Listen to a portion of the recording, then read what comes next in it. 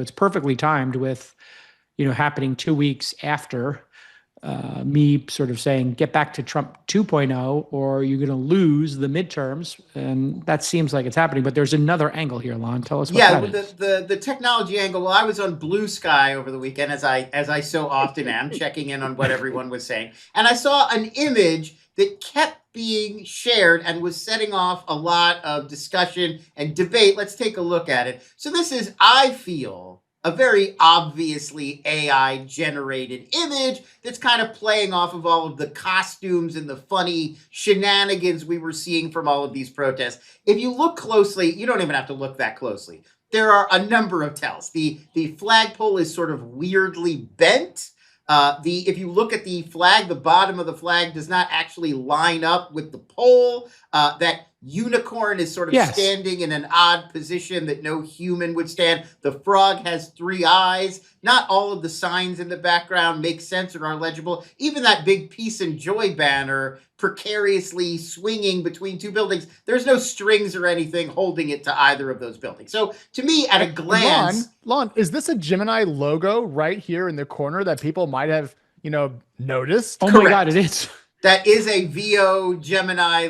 Obviously, this was an AI-generated image, and yet it was being shared very widely on Bluesky by a lot of people who did not seem to notice that it was AI. In fact, Kara Swisher, friend of the pod, she shared Karen this on Swisher, Bluesky, former friend of Jake House, without any indication that this was an AI-generated image. And in fact, I shared some of these in our group chat. Some of these people were reacting like, well, apparently that image is AI generated, so I took it down. And it's like, to me, this is really worrisome. Like, if you can't look at this image and immediately figure out this is animated, we are cooked. I really feel like that's we're a one-shotted very bad by sign. AI. We're one-shotted.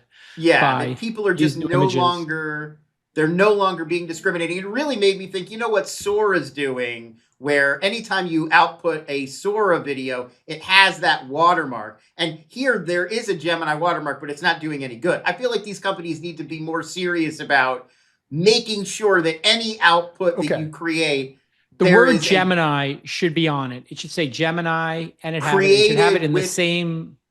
Yes, because Sora is...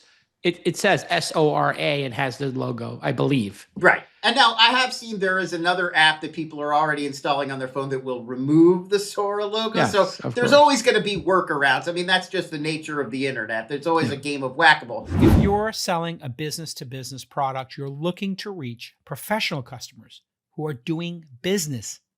And the question you have to ask yourself is, where do those business leaders spend their time? And the answer is obvious: LinkedIn. And these are the real decision makers. So when you advertise on LinkedIn, you're not wasting your money. You're going to target your ads based on job title, based on industry, based on skills. So maybe you want a CFO in the technology space who has been in their job for 5 years, right? You want to zero in on those demographics and behaviors.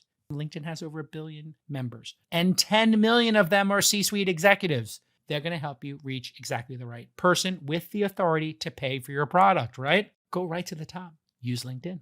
And we've got a special offer just for Twist listeners. Launch your first campaign and get $250 free when you spend at least $250. Go to linkedin.com/thisweekinstartups to claim your credit.